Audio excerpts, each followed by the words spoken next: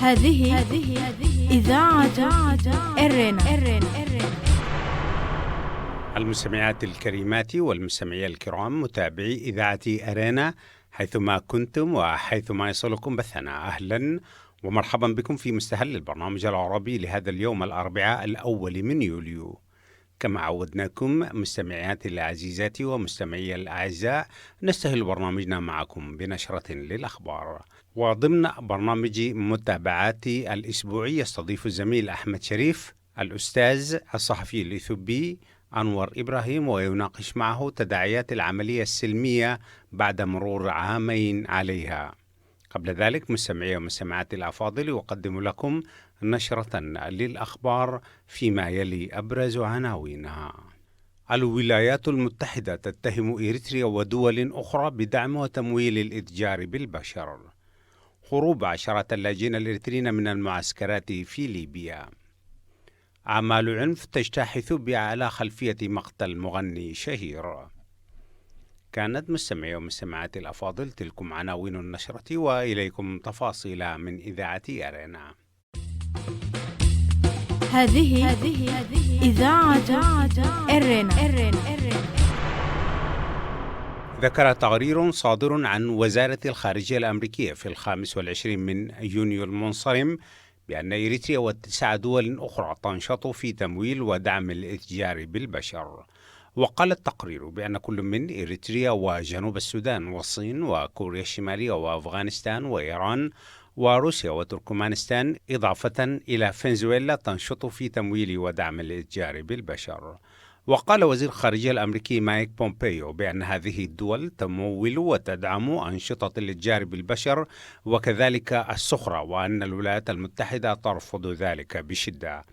وتؤكد تقارير لمنظمات حقوقية ضلوع مسؤولين في قوات الدفاع الإريترية والأمن ومسؤولون حكوميون في تهريب البشر وتقاضي مبالغ مالية ضخمة في عمليات الإتجار وتهريب المواطنين إلى دول الجوار. أكدت المفوضية العليا لشؤون اللاجئين في ليبيا بأن العشرات من اللاجئين يهربون من المعسكرات، معظمهم من الإريتريين. وقالت المنظمة بأن ال10 أيام الماضية شهدت حالة هروب لحوالي 200 لاجئ من معسكر الزاوية في شمال غربي ليبيا، حيث فر أغلب هؤلاء اللاجئين إلى مدينة طرابلس.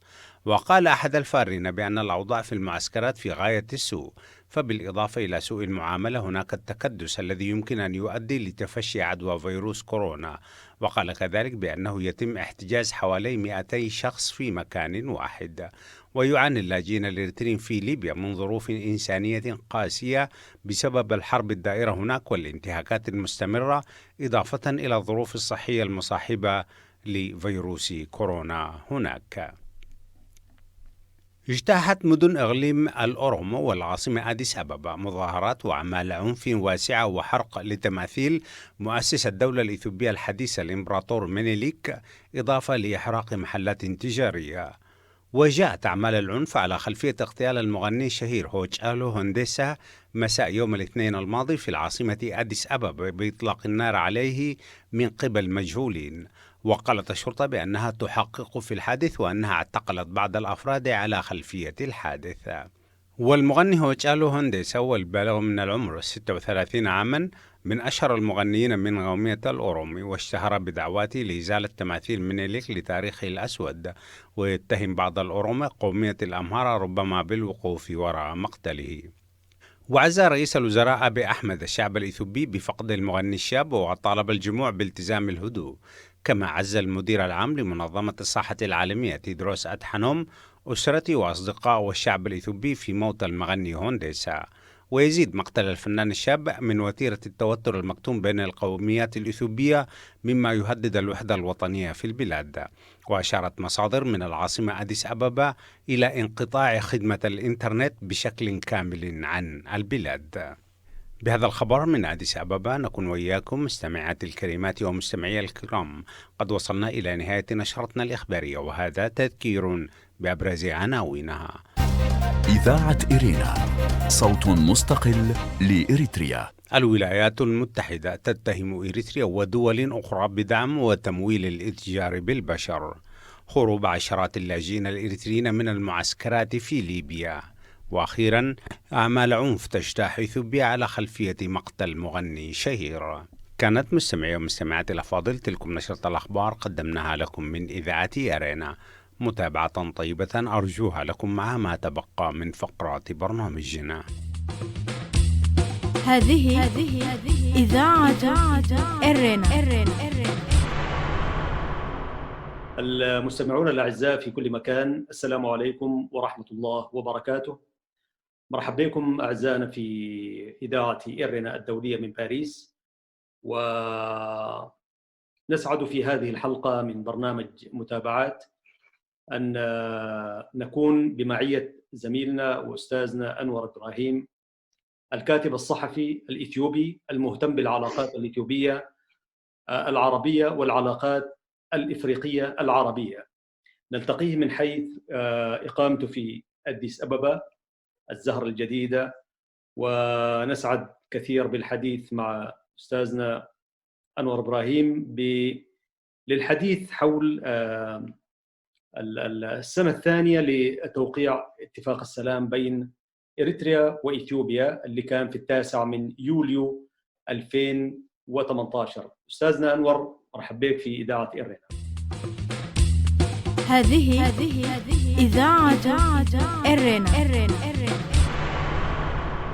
أهلا ومرحبا بكم أستاذ أحمد شريف وبكل مستمعيكم، وأيضا تحياتنا من الزهرة الجديدة أديس أبابا لكل المستمعين ولكل الأشقاء في منطقة القرن الأفريقي والذين يعشقون هذه المنطقة من تواصل ومن أصول ومن مرجعيات، وكذلك لكل الذين لهم يعني عشق خاص لإريتريا ولإثيوبيا ومنطقة القرن الأفريقي أيضا.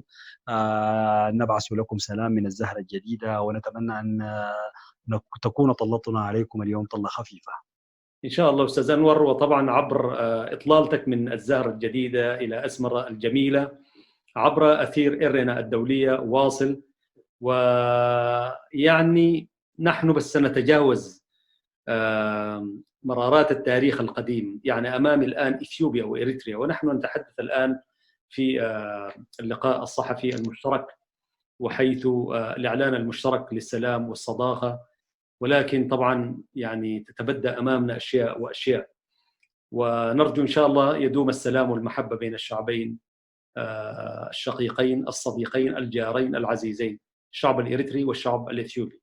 نعم أخي الكريم، والله حقيقة يعني هو لا يمكن أن تفرق هؤلاء هذه الشعوب يعني أي من السياسات وأي من الخلافات، وكما هو معروف هي علاقات شعبية تمتد كما قلت منذ أمد بعيد ومنذ عصور وعقود وقرون، ومهما اختلفت السياسات تظل الشعوب هي الباقية في هذه المناطق وتتغير الحكومات، ولكن شعوبنا هي التي تستمر، والتواصل بين الشعوب هو الأصل وهو الأساس المتين لكل العلاقات بين الدول والحكومات والشعوب. وكما أنت قلت يجب أن نتخطى هذا التاريخ القديم الذي كان ويمكن للعوامل العديد من العوامل دور في هذه التحركات السياسية واستعمارية والعديد من النقاط، ولكن أعتقد أن مهما حدثت من أحداث وتطورات وسياسات وحكومات وتعاقبت أحداث تظل العلاقة الشعبية بين الشعوب هي التي تستمر، وخاصة هذين الشعبين الذي يعني لا يمكن أن يختلفا مهما تغلبت الأجواء السياسية في المنطقة. إذن هي يعني علاقات تاريخية، تداخل، أواصر صداقة، تزاوج، أصول ممتدة عبر جذور طويلة من الأعراق والقبائل المتواصلة ما بين الشعبين. جميل. أستاذ أنور، طبعا كما تعلم يعني نحن سنتحدث اليوم بمرور السنة الثانية للاتفاقية التي أعلنت اتفاقية الإعلان المشترك للسلام والصداقة بين إريتريا وإثيوبيا، وكانت كما وصفت في وسائل الإعلام أنها جاءت لإنهاء حالة الحرب بين البلدين، أو اللا حرب ولا سلم بين البلدين. وهذه الاتفاقية طبعا وجهة النظر الإريترية الرسمية لها رؤيتها، وللنظرة الإثيوبية كمان الرسمية لها رؤيتها. ونحن بما أننا إذاعة مستقلة تهدف إلى تمليك الحقائق للمستمع، برضو هناك رؤية إريترية مغايرة لرؤية الرؤية الرسمية. وخلينا أول نتحدث عن النقاط الرئيسية للاتفاقية الموقعة بين البلدين. فأنا حقول النقاط، وبعدين برضو أنت تقوم تقرأها لنا أو قراءتك لها على أرض الواقع كان كيف من النظرة أو من حيث أنت. يعني النقاط الخمسة كما تعلم أخي العزيز: عودة العلاقات الدبلوماسية، وفتح السفارات، وفتح الاتصالات بين البلدين. النقطة الثالثة: فتح الأجواء الإريترية الإثيوبية. والرابعة: استخدام إثيوبيا للموانئ الإريترية. والنقطة الخامسة كانت توقيف كافة إشكاليات التحركات العدائية بين البلدين. حقيقة هذه حتى النقاط الخمسة لو جينا نفكفكها في مضامين يعني فيها أشياء يعني ما ظاهرة. أولا، هل يمكن أن تدينا قراءة شخصية، قراءة صحفية لهذه النقاط وأسبابها؟ طبعا أستاذ أحمد. نعم أستاذ أحمد، هي طبعا أساس هذه النقاط هي الخلافات السياسية. أنا دوما أؤمن بأن لا خلافات بين الشعبين، وهذا واضح في ظل الطلاق الذي كان يحدث في الخارج. دوما الشعبين عندما يلتقيان، أو أحد الأفراد أو فردين من كل الشعبين عندما يلتقيان في الخارج، لا تجد بينهما أي خلاف، بالعكس التقارب والتواصل وكل شيء يجعلهم قريبين لبعض. الخلافات هي خلافات سياسية بين الحكومات وليس بين الشعوب. الشعب الإريتري والشعب الأثيوبي لا توجد بينهم أي خلاف مهما حدث.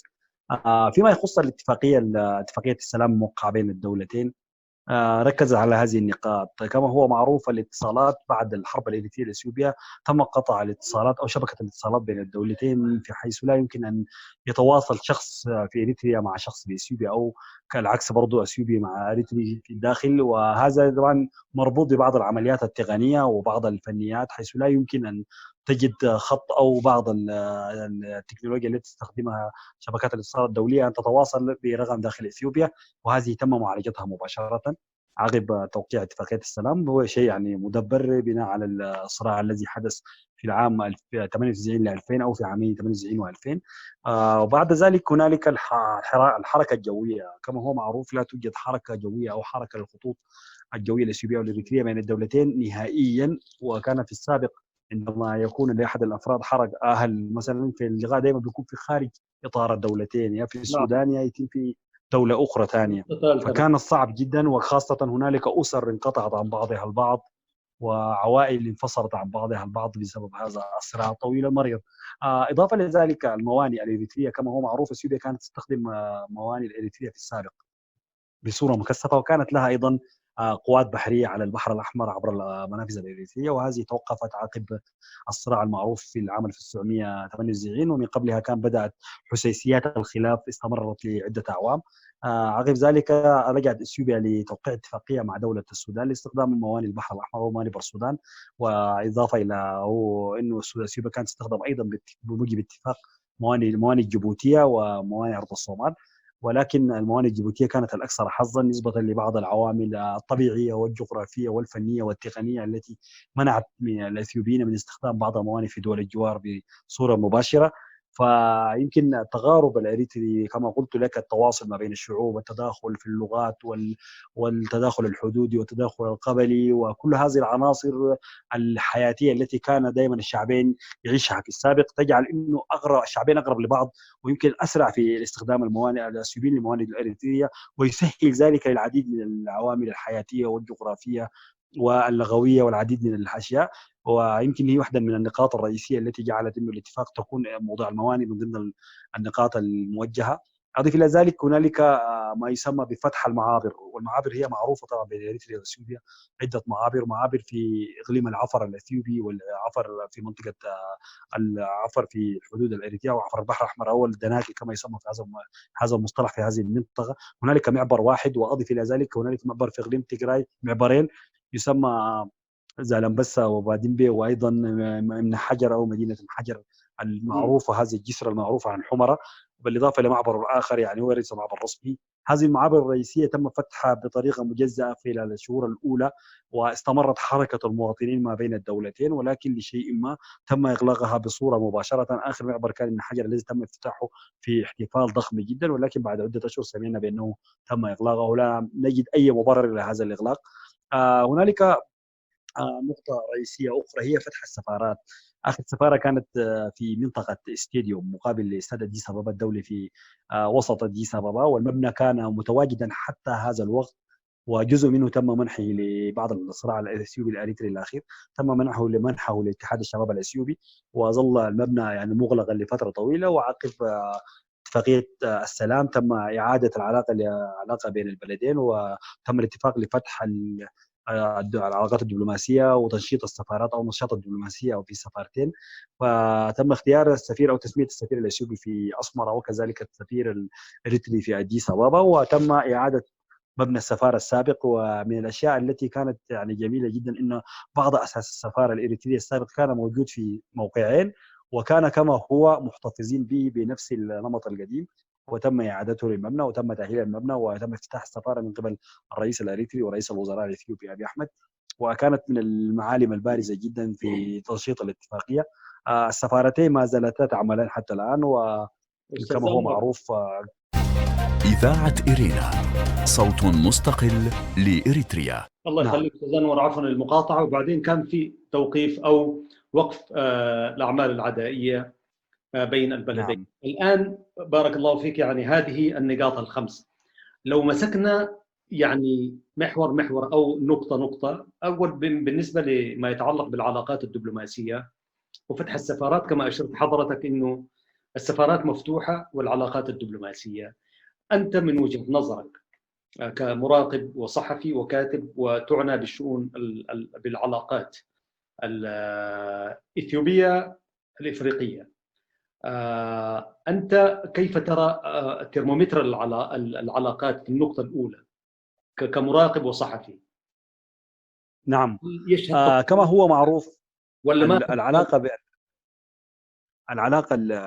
عودة العلاقات الدبلوماسية بين الدولتين يمكن شابه أيضا بعض اتفاقية السلام بعض النقاط التي لا تبدو واضحة جدا للمتابع لهذا الشأن، وهي متمثلة بأنه السفير الأثيوبي في أسمرة هو كان السفير أول سفير بعد عودة العلاقة، كان السيد رضوان حسين، وهو سياسي أثيوبي محنك كان له دور كبير جدا في تلك الفترات، وهو من الشباب القياديين المعروفين. تم تسميته سفيرا الأثيوبي على دولة إريتريا. للأسف الشديد استمر السفير في عمله دون أن يتم اعتماده بصورة رسمية، ولم نعرف ما هي أوجه الخلاف وسبب تأخير اعتماد السفير. وكانت هنالك أيضا نقاط غير واضحة، بأنه السفير الإريتري في أديس أبابا لم يكن مقيما بصورة كاملة، كان يمارس نشاطه من على البعد لفترة طويلة جدا، يحضر أحيانا في الاحتفالات ثم يعود مرة أخرى، أو كان يمارس نشاطه من العاصمة الإريترية أسمرة.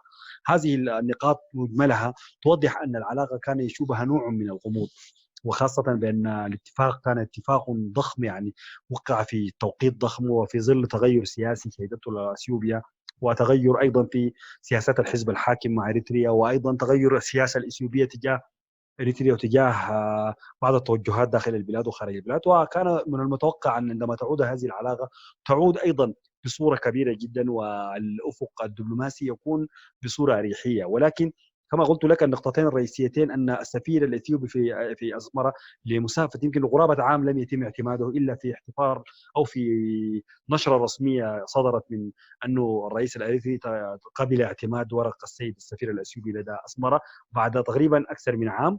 والشيء الذي يعني طرح العديد من التساؤلات والعديد، هنالك مقولة بأن لم يكن هنالك قبول، ونحن ما نعرفه دبلوماسيا إذا لم يكن هنالك قبول نتوقع أن يكون يعني لا يمكن أن يسمى سفير قبل أن يتم تقديم ورق الأوراق والاستفسار عنه. نعم، أو قبل ما تستقبله الدولة لا يمكن أن يسمى يعني تم إرسال السفير وعدم اعتماد أوراقه، وظل لفترة طويلة لم يذكر أنه أوراقه اعتمدت بصورة رسمية. كذلك السفير سمير الرؤسوم في أديس أبابا كان يباشر نشاطه من على البعد لفترات طويلة، يعني كان يحضر في بين الاحتفالات. أذكر إحدى الاحتفالات المهمة كانت احتفالات مايو الإريترية في العام الأول الذي وقع فيه اتفاقية السلام، شهدنا أن هنالك احتفالية تمت دون أن توجه دعوة لوسائل الإعلام الإثيوبية من داخل السفارة الإريترية في أديس أبابا ومشاركة بعض المسؤولين الإثيوبيين. هذه الاحتفالية التي شارك فيها السفير وبعض الوزراء الإثيوبيين، ولكن لم توجه دعوة رسمية بالرغم من أنها أول احتفالية للسفارة الإريترية بعد عودة العلاقة في العاصمة أديس أبابا، ولم تكن يعني احتفالية بصورة واضحة وبصورة بهيجة. يعني كان من المفترض حسب توقعاتنا أن تتم هذه الاحتفالية في العام الأول لها، وهي بعد عودة العلاقة السياسية أو علاقة السلام أو توقيع اتفاقية السلام بين الدولتين. أعتقد كان يمكن أن تكون احتفالية لها صدى كبير، ولكن تمت أو احتفل بها بصورة سريعة ودون أن تشارك فيها قيادات كبرى في الدولة. وهو يوضح برضو أيضا أن العلاقة لم تكن واضحة. أضيف إلى ذلك أخي الكريم أستاذ أحمد شريف، هنالك النقطة يعني أنا أقفز إلى المرحلة الأخرى. المعابر الرئيسية يعني في المرحلة الأولى في الشهرين الأوائل عندما تم فتح المعابر، حقيقة كان هنالك انسياب كبير جدا لحركة المواطنين بين الدولتين. يعني أعداد كبيرة جدا من المواطنين الإريتريين دخلوا الأراضي الإثيوبية خاصة إقليم تيغراي، نسبة لهنالك تواصل وتصاهر وهنالك تزاوج وهنالك عوائل انقطعت عنهم. استمرت سنين يعني 20 عام. نعم، هي عقدين من الزمن، يعني عقدين من الزمن أسر يعني انقطعت عن بعض. يعني أنا أعرف نحن لدينا بعض الزملاء من الصحفيين، معروف صحفي عبد السلام حد هو صحفي معروف جدا، زوجته وأبنائه هنالك وهو هنا بسبب هذه الحرب اللعينة. حقيقة يعني 20 عاما انقطع من بناته الاثنتين وزوجته، فكانت يعني مناظر مؤلمة جدا أن تأتي هذه العوائل تتواصل بعد 20 عام، خاصة الأسر التي ليس لديها إمكانيات أن تخرج من البلاد تلتقي في دولة ثالثة أو دولة تعتبر هي الملتقى لدولتين للسودان مثلا أو دولة أخرى. فكان صعب يعني حقيقة، وكانت مشاهد يعني توضح أن فعلا هنالك كان بعض المعاناة لبعض الشعبين. وعقب هذا الاندياح وهذه الحركة التجارية التي بدأت فجأة والتي يمكن كان في المرحلة الأولية لا توجد ضرائب يعني فرضت ولم توجد يعني فيز ورسوم وإجراءات رسمية، كان هنالك حركة كبيرة جدا وأدت إلى دخول عدد كبير جدا من الشباب الإريتري إلى إثيوبيا. وبعد ذلك شهدنا أن المعبر قد تم إطلاقه بدون أي مبرر ودون أي توضيح ودون أي مقدمات. السبب لم نعرفه حتى الآن. هنالك بعض التحليلات لبعض الخبراء والمحللين الذين يؤكدون بأن هنالك تخوف من الجانب الإريتري بأن بعض المعارضة التي ما زالت متواصلة في الأراضي الإثيوبية بعض الدول المجاورة يخافوا أن يكون هذا المعبر يعني يمكن ورقة ضغط، أو بعض الشباب المهاجرين الذين دخلوا إلى إثيوبيا ولم يعودوا قد يشكلون يوما من الأيام عبء ثقيل على الحكومة الإريترية بأن يكونوا جزء من أوراق الضغط التي قد تشكل. هي بعض التحليلات ولم تكن أحاديث رسمية، ولكن لمتابع للشأن من الداخل الأثيوبي أو من الخارج كانت له آراء. بعض الشباب خرجوا من إريتريا إلى أثيوبيا وجدوا فرصة ولم يعودوا. هنالك بعض الشباب، هنالك حركة تجارية كانت من مدينة مغلة لمدينة أسمرة والمدن الإريترية، كانت حركة تجارية كبيرة جدا عملت على تنشيط الحدود بين الدولتين، وقدمت يمكن يعني بعض الصور التي كانت خفية عن هذه المنطقة، أنه يعني دوما الناس تنظر إلى التجارة دوما تكون ما بين الدول الأفريقية وبعض الدول المتقدمة، لكن الحركة التجارية التي حدثت بعد هذه الاتفاقية في فترة شهرين يعني تأكدت بأن هنالك بعض التباعد الاقتصادي الذي كان يمكن أن يستثمر من قبل دول المنطقة في أن يخلقوا تكامل اقتصادي وتجاري ومناطق حرة ما بينهم. وأيضا هذه الحركة توقفت بعد إغلاق معبر زالنبسا، الشيء الذي طرح العديد من التساؤلات. ومن الصور التي أراها أنا أيضا عقب إغلاق هذا المعبر هنالك بعض السيارات التي تتواجد في إثيوبيا الآن أخي أحمد شريف تحمل النمر الإريترية أو لوحات إريترية. يعني في العاصمة أديس أبابا نحن في بول نرى عدد من السيارات في بعض المناطق تحمل الرقم أو لوحة السيارات الإريترية. لا نعرف كيف تمت هذه، هل هناك اتفاقية، هل هي دخلت لم تعود أم وفقت أوضاعها، فهذا شيء آخر. ولكن هذه الحراكات كانت يعني مشكلة رئيسية ولم توضح حتى الآن حتى من الجانبين. هنالك نقطة أيضا أخرى، بعض المعابر الأخرى التي تم فتحها مثل معبر أم حجر تم فتحه في احتفال بهيج في صورة كبيرة جدا، ولكن بعد أشهر تم إغلاقها أيضا، وهو معبر رئيسي ومعبر حيوي جدا يربط مدينة الحمرة ببعض المدن الإريترية. وكما هو معروف أن هذا المعبر به جسر معروف جدا يعبر نهر تكزي من الجسور المهمة التي لها دور تاريخي لمدى الأواصر الصداقة والترابط بين الأسر، وله حركة تجارية كبيرة جدا كانت في السابق والآن كانت في المراحل الأولية توقف. الشيء الآخر هي حركة الخطوط الجوية الإثيوبية التي قدمت أدوار كبيرة جدا في الفترة بتاعت 6 شهور الأولى أو ال7 شهور الأولى خاصة. بعض الأسر الإريترية كانت تلتقي ببعض أفرادها في إثيوبيا القادمين من عدة دول. لنا أصدقاء حضروا من بعض الدول الأوروبية لإثيوبيا التقوا بزويهم في إريتريا عبر الأراضي الإثيوبية. كانت لهذه الرحلات أدوار كبيرة وحققت إنجازات ووضحت أن هنالك يعني خط تم إهماله لفترة طويلة بسبب هذه الحرب، كان يمكن أن يحقق أيضا حلقة وصل مهمة جدا ما بين الشعبين لفترة طويلة، ولكن للأسف الحرب هي كانت السبب، والرحلات ما زالت مستمرة لبعض ما الفترات، زالت والآن مستمرة. هنالك بسبب كورونا. ولكن نعم. هل كما بدأ رحلتين في الأسبوع ولا رحلة واحدة؟ عندك معلومة؟ كانت رحلتين في الأسبوع. نعم، كانت رحلتين في الأسبوع.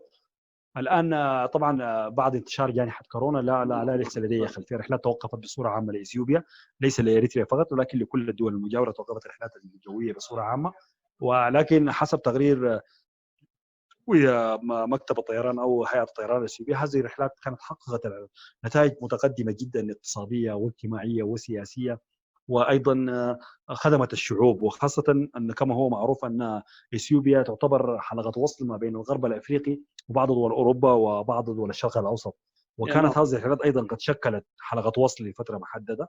ولكن نتوقع بعد كورونا ان توضح الصوره بصوره كامله، هل توقفت ام هي مستمره؟ نعم، ستتضح الأمور خلال الشهور القادمة. يعني ما يتعلق بفتح المعابر والاتصالات بين البلدين متعثرة الأجواء نتيجة لكورونا والعلاقات الدبلوماسية في شكل السفارات كما أشرت. بالنسبة لاستخدام الموانئ الإريترية من جانب إثيوبيا، طبعا استخدام الموانئ كان من المفترض أن يتم بصورة سريعة جدا، ونسبة كما قلت لك أنها هي الأقرب لأثيوبيا حقيقة. الأراضي الإريترية للتواصل للتداخل للعديد من العناصر، وهي شعوب ظلت تعيش مع بعض فترة طويلة.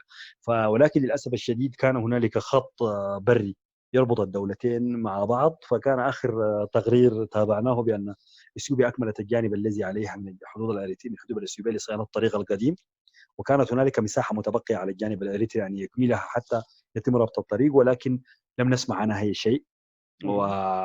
كنا نتوقع أن يتم توقيع اتفاقية وبدأ الخدمات اللوجستية ما بين عبر الموانئ الإريترية، ولكن أيضا تأخرت. فتفاجأنا بأن قامت وزيرة النقل الإثيوبية بزيارة للسودان قبل عام تقريبا أو عدة أشهر أو أقل من عام، بزيارة للسودان بتوقيع اتفاقية لتقوم بموجبها تنشيط الاتفاقيه السابقه باستخدام اثيوبيا موانئ السودان على البحر الاحمر. اذا هذه الاتفاقيه ايضا توضح ان هنالك علامه استفهام كبيره جدا في هذا الخصوص. وكذلك كان بموجب هذه الاتفاقيه ان تعيد اثيوبيا انشاء قواتها البحريه التي تم اعلانها عقب اتفاقيه السلام. كما هي معروفه اثيوبيا توقفت او يعني تم تفتيت ما يسمى بالقوات البحريه عقب الحرب الاريتريه، نسبه لان اثيوبيا ليس لديها مناطق على البحر، وكنا نتوقع ان يتم احياء عبر اريتريا. بعد استغلال اريتريا مثلا استاذ انور، بعد خروج هي بدات كانت نعم بعد هذه بدات، ولكن كان هنالك امل بان يتم تنشيطها، ولكن الحرب الاريتريه ايضا خلقت فارق كبير او نقطه تباعد كبيره جدا لان تقوم هذه القوات باستمرار. فتفاجأنا بان هنالك اتفاقيه تحت رعايه فرنسا عقب زياره الرئيس الفرنسي ايمانويل ماكرون لاثيوبيا، الذي تعهدت فرنسا بأنها ستقوم بدعم وإنشاء أو تمويل القوات البحرية الإثيوبية. إذا بنا نتفاجأنا أن يتم إعلان أن إثيوبيا ستبدأ بإنشاء القوات البحرية على جيبوتي. إذن هذا يوضح أيضا انتظرت إثيوبيا كل هذه السنوات ووقعت اتفاقية السلام دون أن تستخدم الموانئ أو المناطق البحرية أو الساحل الإريتري، فلجأت مرة أخرى لجيبوتي. إذن هنالك أيضا العديد من علامات الاستفهام. إذا نحن الآن في بعض النقاط الرئيسية. فيما يخص الاتصالات عادت سريعا جدا لأنها جوانب فنية. هذه إذاعة إرنا. طيب حبيبنا العزيز، نعم، حديثك ذو شجون. أستاذ أنور، النقطة الأخيرة فيما يتعلق بإيقاف التحركات العدائية بين البلدين، أنا أستسمحك أن نفتح هذا الملف، ومن خلال هذا الملف سندخل إلى الشارع الأثيوبي، بمعنى هذه العلاقات الرسمية، الشارع الإثيوبي، الإحساس الإثيوبي تجاه هذه العملية، مع وجود أصوات بالذات خارج البلدين خارج إريتريا وإثيوبيا بالذات في الخارج. هنالك أصوات يعني هي يعني تقفز بين هذا وذاك. فما رأيك أستاذنا العزيز أنور إبراهيم أن نفتح هذا النقطة الأخيرة مع نزولا إلى الشارع؟ فماذا أنت قائل أخونا أستاذ أنور؟ لأنه الزمن انتهى. طيب أستاذنا، نعم أستاذنا، الشارع الإثيوبي يعني عندما تم التوقيع أو يعني اتفاقية السلام لم يرى بأن هنالك خلاف بينهم وبين الشعب الإريتري. لماذا؟ هنالك العديد من الإريتريين يعيشون مع الإثيوبيين في عدة مناطق. يعني إذا توجهت في كل المدن الإثيوبية تجد عدد من الأخوة الإريتريين يعيشون كأن هم في وطنهم، ولا خلاف بينهم بين الإثيوبيين. وكذلك بعض الحكومة أو الحكومة السابقة في أحد الرئيس مالي زيناوي وقد كان قد منح اللاجئين الإريتريين في المعسكرات بأن يتحركوا حرية التحرك، حرية التجارة والاستثمار، حرية التملك، وأعطاهم كل الحقوق فيه. فلم يروا الإثيوبيين أن الإريتريين غرباء عنهم، ولكن الخلاف كان دوما هو ما بين الحكومات. وعندما كانت اتفاقية السلام خرج الشارع الإثيوبي كله يرحب بهذه الاتفاقية، يعني دعما للسلام والتعايش ما بين الشعوب، وهذه العلاقة التي كانت أساسها خلاف ما بين حكومتين أضرت بشعبين لفترة طويلة. طيب أستاذ أنور، أستاذنا العزيز أنور إبراهيم الكاتب الصحفي الإثيوبي المهتم بالعلاقات الإثيوبية العربية الإفريقية العربية كذلك، حدثتنا في إذاعتك إذاعة إرنا الدولية من باريس من مقر إقامتك في أديس أبابا. شكرا لك على تفضلك بالمعلومات، وإن شاء الله في المحور القادم سننطلق من النقطة الأخيرة وننزل إلى الأصوات التي تتردد سواء كان من الإريتريين والإثيوبيين في خارج هذه الاتفاقية. ويعني ربما لما نأتي إلى ذلك اللقاء سنتحدث بشكل أعمق.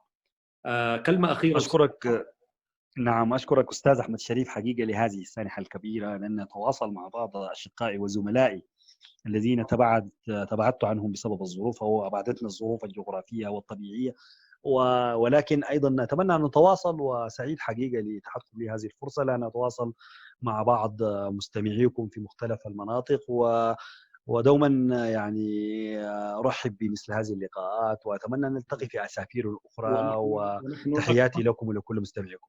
يا حبيبنا العزيز، ونحن أكثر سعادة. شكرا لك. أعزائي المستمعين، كنت مع حلقة في برنامج متابعات، حدثكم الصحفي العزيز أنور إبراهيم من إثيوبيا حول بمرور الذكرى الثانية لاتفاقية السلام بين إريتريا وإثيوبيا. تحدثنا إليها ليس من الوجهة الرسمية الإثيوبية ولكن من وجهة صحفي إثيوبي، وكان صريح جدا وحلل حسب ما يراه وينظر إليه بموضوعية. شكرا لكم. كان معكم سيداتي سادتي محدثكم أحمد شريف مع زميلي أنور إبراهيم، وتقبلوا تحايا الزملاء فتحي عثمان وبنيام سيمون من باريس. السلام عليكم ورحمة الله وبركاته. إذاعة إرينا، صوت مستقل لإريتريا. المستمعات الكريمات والمستمعين الأكارم، أهلا وسهلا بكم مجددا. وقبل ختام فقرات برنامجنا أقدم لكم موجزا لأهم ما ورد في صدر نشرتنا الإخبارية لهذا اليوم. الولايات المتحدة تتهم إريتريا ودول أخرى بدعم وتمويل الإتجار بالبشر. ذكر تقرير صادر عن وزارة الخارجية الأمريكية في 25 من يونيو المنصرم بأن إريتريا و9 دول أخرى تنشط في تمويل ودعم الإتجار بالبشر. وقال التقرير بأن كل من إريتريا وجنوب السودان والصين وكوريا الشمالية وأفغانستان وإيران وروسيا وتركمانستان إضافة إلى فنزويلا تنشط في تمويل ودعم الإتجار بالبشر. وقال وزير الخارجية الأمريكي مايك بومبيو بأن هذه الدول تمول وتدعم أنشطة الإتجار بالبشر وكذلك السخرة، وأن الولايات المتحدة ترفض ذلك بشدة. هروب العشرات من اللاجئين الإريتريين من المعسكرات في ليبيا. أكدت المفوضية العليا لشؤون اللاجئين في ليبيا بأن العشرات من اللاجئين يهربون من المعسكرات معظمهم من الإريتريين. وقالت المنظمة بأن ال10 أيام الماضية شهدت حالة هروب ل200 لاجئ من معسكر الزاوية في شمال غرب ليبيا، حيث فر هؤلاء اللاجئين إلى مدينة طرابلس. وقال أحد الفارين لإذاعة إرنا بأن الأوضاع في المعسكرات في غاية السوء، فبالإضافة إلى سوء المعاملة هناك التكدس الذي يمكن أن يؤدي لتفشي عدوى فيروس كورونا. وقال كذلك بأنه يتم احتجاز حوالي 250 شخصا في مكان واحد. أعمال عنف تجتاح إثيوبيا على خلفية مقتل مغني شهير. اجتاحت مدن إقليم الأورومو والعاصمة أديس أبابا مظاهرات وأعمال عنف واسعة وحرق لتماثيل مؤسس الدولة الإثيوبية الحديثة الإمبراطور مينيليك، إضافة لإحراق محلات تجارية. وجاءت أعمال العنف على خلفية اغتيال المغني الشهير هوتشالو هونديسا مساء يوم الاثنين الماضي في العاصمة أديس أبابا بإطلاق النار عليه من قبل مجهولين. وقالت الشرطة بأنها تحقق في الحادث وأنها اعتقلت بعض الأفراد على خلفية الحادث. والمغني هوتشالو هونديسا والبالغ من العمر 36 عاما من أشهر المغنيين من قومية الأورومو، واشتهر بدعواته لإزالة تماثيل مينيليك لتاريخه الأسود، ويتهم بعض الأورومو قومية الأمهرة ربما بالوقوف وراء مقتله. كان هذا مستمعاتي الكريمات ومستمعينا الكرام موجزا لأهم ما ورد في صدر نشرتنا الإخبارية لهذا اليوم، وبه نكون وإياكم قد وصلنا إلى نهاية فقرات برنامجنا. وقبل الختام أذكركم دوما بأنكم يمكنكم الكتابة إلينا والتواصل معنا على البريد الإلكتروني arabicirena@gmail.com.